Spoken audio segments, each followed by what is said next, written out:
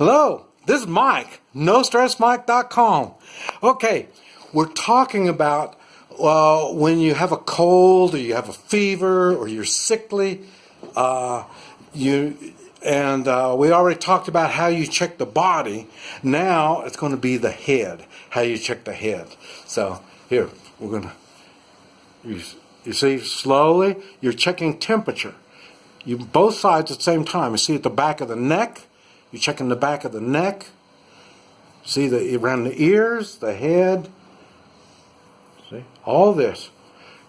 It's very important that you're checking the temperature on this stuff. Now, if you really want to get into it, there is points on the body that you can check. But now it starts to get a little complicated. But I say you check the temperature is what you're looking for, and you watch the lips. Another thing that's very important is the tongue. You look at the tongue. You will see the tongue will change. The color of the tongue, the texture of the tongue, it will change. It may have cracks in it. It may be really red. It might get dry looking. These are the things you look at in the tongue. I'm not going to go and try to explain all the tongue stuff because that tells you a lot about the health of the person.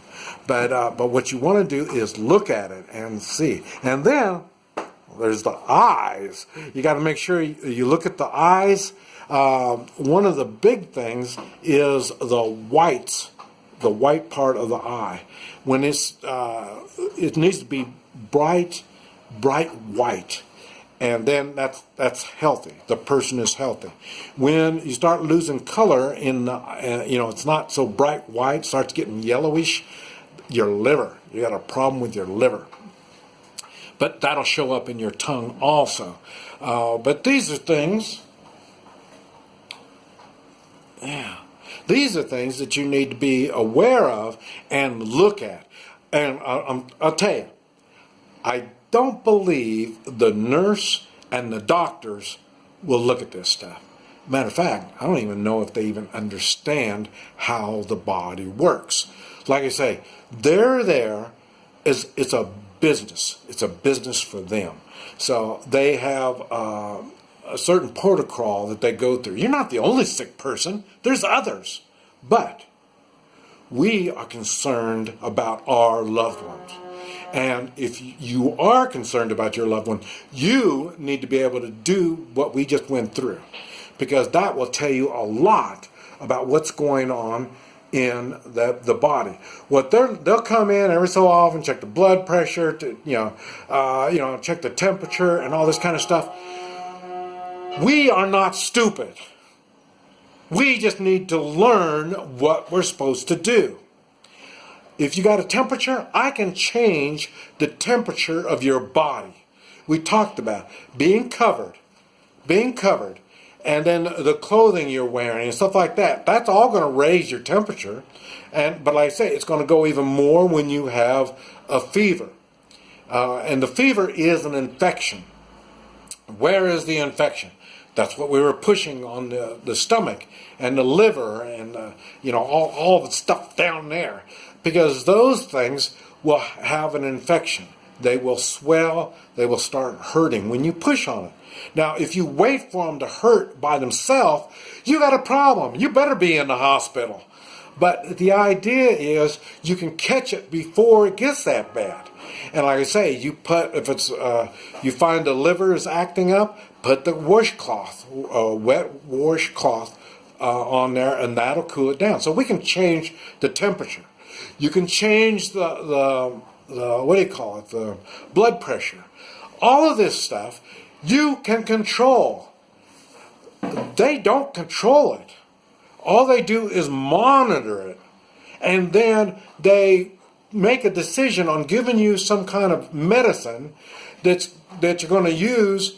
It might be too late. By then, your temperature done changed already. Your blood pressure changed. Lots of things could have changed by the time they get the right medication to give to you. There's a lot of things that can happen. And like I say, what it is at night, the massage thing and this type of stuff, you kind of just take it easy on all that kind of stuff. And the reason is the body heals at night. So what you need to do is to let them relax. Let them do their thing through the night. That's why you hear people say, well, how was their night? If they had a good, restful, good sleeping night, then they're probably going to get better the next day, because your body heals during the night. The daytime is not. That's why it's trying to get rid of all these damn toxins you have. And you can help them get these toxins out. We've gone over all. That's what we're talking about, getting toxins out. That's why I don't do medicine. Medicine, you're putting in more toxins. That's why the care you're going to get from someone that truly cares for you is far better than what you're going to get from a nurse or from a doctor. I'll tell you, I used to respect nurses more than doctors, because nurses are the hands-on. They're the ones right there that know what's going on. And then when my wife was in the hospital, I stayed with her. The only time I left is I'd leave about an hour every evening to go take a bath.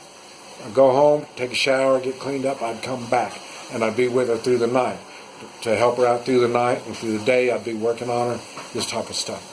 But what I realized at that time, the nurses are on such a tight schedule, things to do, they're not going to give the attention that they need to your loved one. They're not going to do it. And another thing I don't like is they do as they are told. I mean, they act like college graduates. They just do as they're told. They can't think. Nurses know, because they've had the experience. They know they give a pill to somebody and they react. They know they shouldn't have it. But instead, they report it to the doctor, and in time, the doctor, if the doctor's eating or partying, or I don't know what he's doing, it might take, 15 minutes, half hour, 2 hours, 3 hours for the doctor to get the word about what's going on. And, and then instead of that, now you're giving them more medicine that they shouldn't be having.